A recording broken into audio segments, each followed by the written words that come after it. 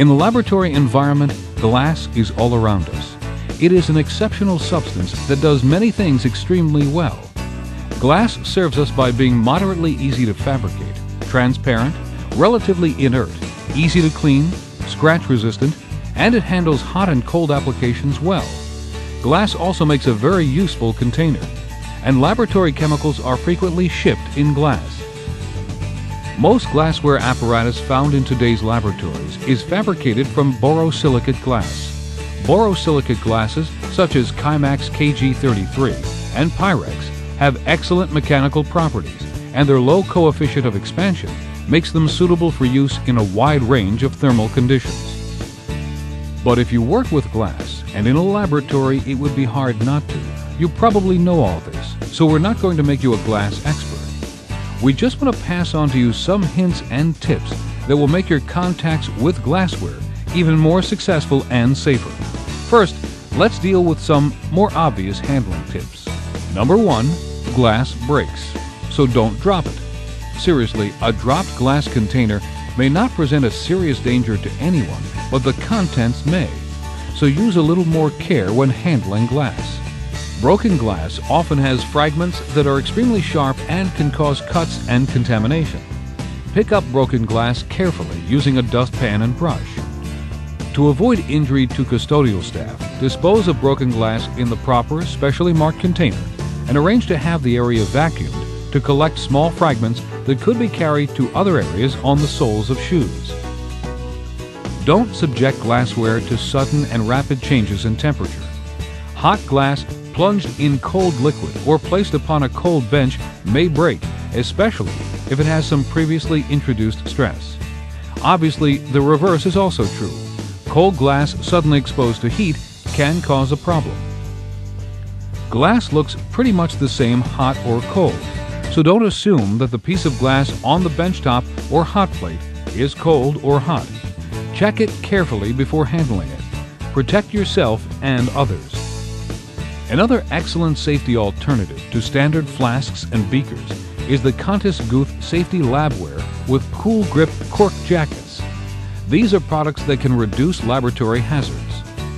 If you wash your own glassware, pad the sink with shock-absorbing plastic like Countess Guth Handy Mat or toweling.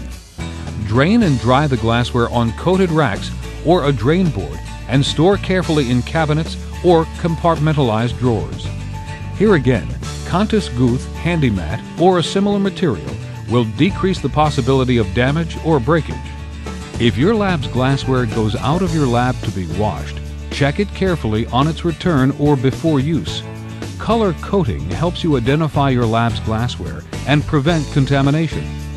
Glass that's really clean lets water run off in sheets, a continuous film. If water drains off irregularly or in streaks or lines, it's not clean. Here are some potential problems to look for. Check for surface scratches, abrasions, score marks, and bump checks. Scoring or scratching the surface of glass is exactly how glass is snapped or cut. Bump checks occur on curved surfaces and flask hemispheres that compromise the surface and create stress forces that will break much more easily under mechanical or thermal shock. Chips are usually easy to spot, but small ones on bases and pouring lips can be easily missed. They could indicate a mechanical shock that has introduced high stress and created areas prone to failure. Blisters and bubbles are not usually observed, but should be watched for. They are really air pockets. You may never see one, but if you do and it's larger than 6 millimeters, either use the piece in non-critical applications or dispose of it. Wet glassware and wet hands are a dangerous combination. Rubber gloves are an excellent suggestion, but even wet gloves can slip on wet glass. Make sure both are dry before handling. Here are some other things to look for in your laboratory glassware. Some of these telltale signs are invisible, or nearly so, when glassware is wet, so it's best to inspect your glassware before you fill it or wet it. Surface integrity is vitally important in laboratory glassware. When the surface has been compromised by a sharp bump or scrape or scratch, the piece should be disposed of. Another way to look for surface imperfections and potential problem areas is by holding the piece up to the light. The light reflection on the dry glass surface will reveal bump checks, surface scratches, and possible score marks that may dictate that the piece is either suitable or unsuitable for further work. While we're talking about glass and lab safety, here are a few additional tips that could help avoid some possible grief. Carry large glass containers properly, not by the lip or edge. Use both hands or a bottle carrier. Beakers can get scratched inside if metal-tipped brushes or metal shafts of bristle brushes are used. Also, some stirring rods can abrade surfaces. Scratched or abraded surfaces can hold product and cause cross-contamination, so inspect the inside of your glass containers or apparatus to be sure. Don't leave pipettes sticking out of containers. They seem to invite your lab coat sleeve to catch them. And while we're on pipettes, don't mouth pipette. We think you know all the reasons, so just don't do it. It's dangerous. Use a pipette bulb or controller and be safe. Oh yeah, never flip a pipette to dry it out. It could break off at the controller, or you could hit it and make it into a missile. It's not a good practice, and you could injure someone, maybe yourself. Before you slide that thermometer into that adapter or slip that hose over that hose connection, use some water or other suitable lubricant, and be gentle and careful.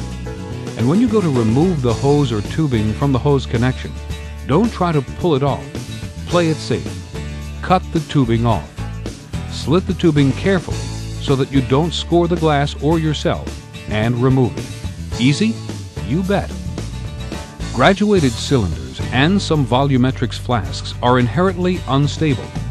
The hexagonal foot on the cylinders is shaped that way to keep them from rolling off the bench when laid down. The use of bumpers at the top of cylinders helps to prevent breakage. Square volumetric flasks, exclusively available from Kimble, provide excellent stability. If you have the need to cut some tubing, carefully score or scratch the surface of the tubing all the way around. Using a fine file is the best way. If the tubing is small, 10 millimeters or less, wrap both sides of the score with toweling and snap the piece in two. If the tubing is larger than 10 millimeters, it is best to take it to your glassworking facility or let someone who can use a torch cut it for you. When heating glassware, or any container for that matter, use an appropriate safety shield. When using glassware in a vacuum application, use vacuum-rated heavy wall flasks or flasks that have been especially coated, like the Kimble Contest Tough Coat EVOH safety-coated glassware. If you use uncoated glassware, you can tape it for greater safety should an implosion occur, and to avoid there being damage in handling. Again, a safety shield should be used. Keep glassware very clean. Clean glassware will permit easier detection of problem areas. Remember what we said about water sheeting off of a clean surface? Glass is helpful in the lab, and it does many things better than any other material. With a little care and attention, your laboratory glassware will serve you well and keep you safe. Poor or careless handling techniques can result in product and time loss and/or personal injury. You might question if borosilicate glassware is suitable for the mechanical or thermal stress that your application will require. Should you use coated borosilicate glassware instead? How about quartz? If you take the time to question your usage and not simply take the versatility of glassware for granted, you'll develop the habits that promote both good technique and personal safety. Glassware from the manufacturer is usually pretty rugged. It has been properly annealed to remove strains and carefully washed. It has also undergone quality and imperfection checks and carefully packed to prevent surface damage on its way to your lab. You can preserve its inherent strength through safe and careful handling. That's really about it. Using glassware is not much different than any other laboratory activity. Stay alert and aware of the conditions under which the glassware will be used, and your glassware, one of your lab's most useful tools, will continue to give you efficient and safe